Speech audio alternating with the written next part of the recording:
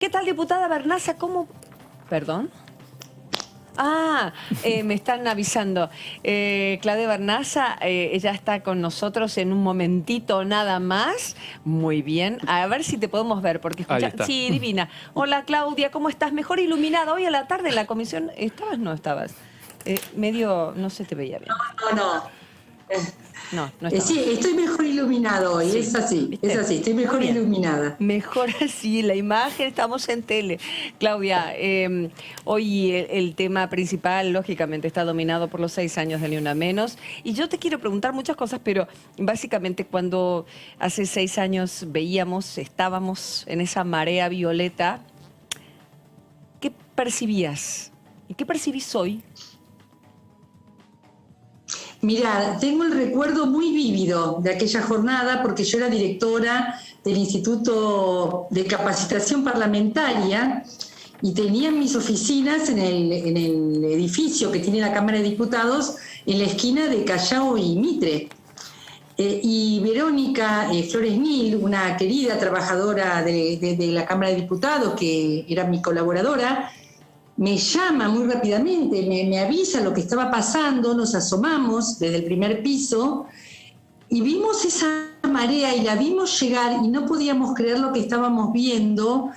Era una cosa incontenible, incluso después salimos a unirnos a esa marea junto con ella y con otros trabajadores y trabajadoras de la Cámara de Diputados y no podíamos caminar. Recuerdo que caminamos apenas algunos metros porque era imposible. La verdad que tengo un recuerdo emocionado de aquella jornada. Tuve una vista privilegiada realmente. Qué bueno, qué bueno. ¿Y la percepción hoy frente a esa sensación de haber alcanzado algo juntas, que iba a abrir numerosas ventanas y proyectos, instituciones, ni que hablar de un ministerio, cambiar palabras, incluir el femicidio? O sea, pasaron muchas cosas, quedan tantas pendientes. ¿Y cuáles serían las próximas a conquistar, Claudia? Mirá, creo que ese día solo teníamos emoción, solo estábamos conmovidas, profundamente conmovidas, como por un caso que fue una bisagra, pero no sé si teníamos conciencia de todo lo que iba a venir después. Esa lucha realmente continuó y continuó con inteligencia, con capacidad de alianzas transversales que permitieron leyes, normativas, cambios culturales, cambios en el lenguaje, cambios en la forma de nombrarnos. La verdad que realmente no creo que ninguno de los que estuvimos en aquella plaza hubiésemos pensado todo lo que iba a venir. Creo que no estábamos en condiciones de pensarlo, pero realmente fue mucho lo que sucedió a partir de aquella movilización. Diputada, ¿cómo le va? Marco Giorgetti. Aprovecho que tiene experiencia y que ha estado adelante justo en ese momento en un lugar como el ICAP y preguntarle por qué cree que se ha elegido el Congreso como lugar para una manifestación y un reclamo que tiene la consigna del Ni Una Menos. Porque creo que el Congreso es el lugar que genera los cambios culturales más profundos. Eso es donde se dan las batallas del sentido en cuanto a en qué sociedad queremos vivir, qué derechos queremos que se respeten. El Congreso había sancionado una ley muy importante, años previos, siendo yo incluso diputada en aquel periodo, la ley de prevención de la violencia de género, y sin embargo seguían ocurriendo estas cosas, con lo cual resultaba evidente que había que ir por más, había que avanzar en los cambios legislativos. Creo que por eso se eligió el Congreso, porque además no nos olvidemos que el poder legislativo es el poder del pueblo, es el ágora, es la asamblea, es el lugar donde está representada toda la ciudadanía, sin distinción de banderías políticas. Ese es el lugar que elegimos. Muy bien. Diputada Bernaza, ¿cómo le va? Podría decir buenas noches ya, ¿no? En esta noche tan especial. Quería hacer una pregunta porque recién estábamos hablando con una colega suya del radicalismo y yo le preguntaba, y también quiero transmitirle a usted esta misma pregunta. Hay una gran dificultad con la aplicación de la Ley de Educación Sexual Integral. Incluso desde el radicalismo han habido iniciativas para ratificarla y para dar señales de que esta ley tiene que hacerse cumplir. Dentro del bloque del Frente de Todos, ¿qué estrategia están pensando para poder avanzar con el cumplimiento de la Ley de Educación Sexual Integral? En realidad uno sabe desde las ciencias sociales que las batallas culturales se dan fuera del Congreso, o sea, los cambios legislativos no operan por sí mismos. Tiene que darse un conjunto de acciones del Poder Ejecutivo, del Poder Legislativo y una movilización ciudadana alrededor de lo que se legisla y lo que se pretende para que las cosas sucedan. Este es el caso de la CESI, ¿no? De la educación sexual integral. Resulta evidente que estamos dando una profunda batalla cultural y el territorio de esa batalla es cada aula, cada programa educativo, cada contenido curricular, cada formación docente. En todos esos territorios se da la batalla. Creo que hay muchísimos avances, pero resulta evidente que necesitamos a las mejores y los mejores pedagogos para que diseñen estrategias curriculares, estrategias educativas y formativas que vayan definitivamente por este contenido y que despeje cualquier fantasma que haya respecto de esta educación, ¿no? Esos fantasmas todavía existen, tenemos muchas rémoras de la educación patriarcal, de una educación pretendidamente religiosa, y digo esto porque yo soy cristiana practicante y no voy contra la ESI, con lo cual resulta evidente que el problema es cultural e institucional, es un problema de quienes quieren arrogarse todavía soberanía sobre el cuerpo de las mujeres. Y soberanía sobre los hijos también, y muchos van a decir, pero yo elijo lo que hacer con mis hijos. Y hay muchos cristianos que hablan en este sentido, pero para no llevarlo a una cuestión religiosa, recién lo hablábamos con la diputada Elena, que incluso en los lugares más chicos, en ciertas provincias, todos sabemos cuáles son las más patriarcales, los padres no entienden o no saben o no están del todo informados qué significa la ESI y lo llevan a una cuestión de erotización de la niñez, cuando se puede prevenir la violencia de género a partir de la ESI. ¿Crees, Claudia, que tiene que haber una formación al respecto a los padres o a los cuidadores de lo que significa? Mira, en primer lugar creo que esta caracterización que acabas de hacer está muy ligada al clima antipolítico que a veces quiere instalar tanto algunos referentes de la oposición como los poderes fácticos, como algunas empresas de medios. Ese clima antipolítico hace que la gente no comprenda que en realidad las ideas, las ideologías están presentes y atraviesan toda nuestra vida. Todo lo que enseñamos a nuestros hijos forma parte de un corpus ideológico que no es inocente ni neutral. Y que por lo tanto nuestros hijos e hijas, que son hijos e hijas de la vida, como dice algún viejo escrito hindú, al ser hijos e hijas de la vida tienen derecho a acercarse a todo lo que hoy se sabe acerca de su cuerpo, acerca de su sexualidad, acerca de la identidad de género, y en todo caso elegirán. Por lo tanto, cuando se quiere mostrar al conocimiento religioso o al conocimiento que se imparte en las escuelas de algún culto como el único saber posible, no se dice, pero uno sabe que eso también es hacer política. Y bueno, creo que tenemos que formarnos en una cultura de lo político que nos permita dar los debates argumentando y contraargumentando, no creyendo que hay algunas ideas que son políticas y otras no.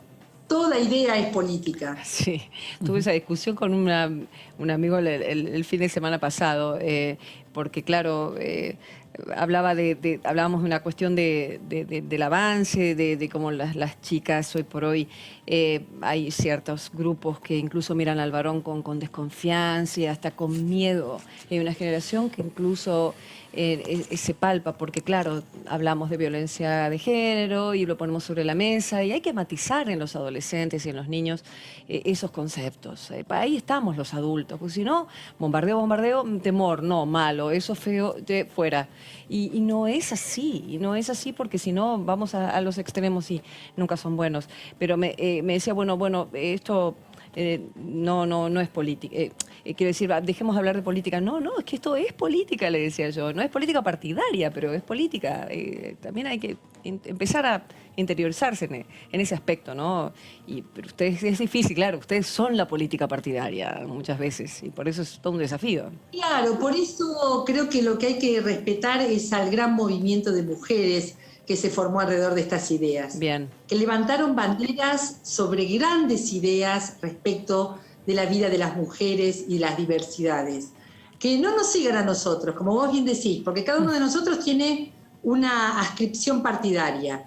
Que reconozcan la enorme fuerza y potencia del movimiento de mujeres. Seguro. Que son verdaderamente heroínas en esta batalla cultural. Eso sí es política, pero la de ustedes también, porque tienen que ser votados, Claudia, porque si no es todo un sistema que hay que respetar. Sí, Marcos. Diputada, justamente hablando del sistema político, han avanzado mucho estos años con la ley de paridad de género aquí en el Congreso. Pero en otros poderes todavía no se ve, o se ve un avance más lento hacia la paridad. No sé si le parece que tenga que haber una legislación sobre eso, si se puede legislar sobre los otros poderes y la paridad, y si también si le parece que ya con la ley de paridad alcanzada en el Congreso se completa el cupo, o todavía quedan cosas por hacer también en ese tema. Sí, mirá, efectivamente, queda mucho por hacer. En mi anterior mandato como diputada, yo presenté un proyecto de ley de paridad en todos los poderes públicos, en las asociaciones profesionales, en las fundaciones y asociaciones civiles, en cooperativas, en mutuales, en todos los consejos y comisiones directivas de empresas públicas y privadas. Era como una ley ómnibus la que yo había pensado. Obviamente costaba muchísimo debatirla. Prefiero lo que está sucediendo ahora, que cada grupo está yendo por su propia ley. Pero hay que ir por la paridad en los partidos políticos, en los gremios, en las empresas, ni que hablar en el Poder Judicial, ni que hablar. Diputada, usted recién compartía con nosotros, bueno, que usted es creyente, practicante. Nos lo comentaba en un momento en donde yo le hacía una consulta sobre la ley de educación sexual integral. En el último tiempo nos encontramos con dos datos políticos. Por una parte, que las iglesias evangélicas han planteado su apoyo a la aplicación de la ley. Sin embargo, la Iglesia Católica se ha resistido. Para usted, como una diputada que integra el movimiento feminista, que reconoce públicamente, digamos, su creencia religiosa, ¿cuál es su punto de vista sobre el rol que está jugando la Iglesia Católica como institución en frenar la aplicación de la ESI? En realidad, dos aclaraciones. Mi posición no es una posición original ni individual. Yo formo parte de ese gran colectivo que es Católicas por el Derecho a Decidir, que tiene referentes muy importantes en Argentina y que ha dado claras muestras de que se puede tener una creencia, una fe y acompañar las luchas de las mujeres, en primer lugar. En segundo lugar, la Iglesia Católica no es una institución absolutamente homogénea y la voz de la Iglesia no es solamente la voz de su jerarquía. Es una institución que tiene más de 2000 años, esto la hace muy rígida. El Papa Francisco es un papa que ha hecho verdaderas revoluciones respecto de ese conservadurismo propio de la institución, pero tengan en cuenta que los curas en Opción por los Pobres y otros movimientos internos de la Iglesia están trabajando también por derechos y banderas que no son las que uno escucha de los episcopados o de las autoridades eclesiales.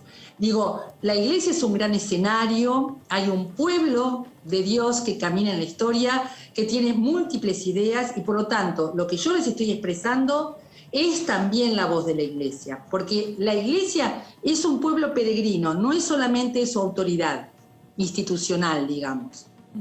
No, eso es muy interesante que lo aclare además.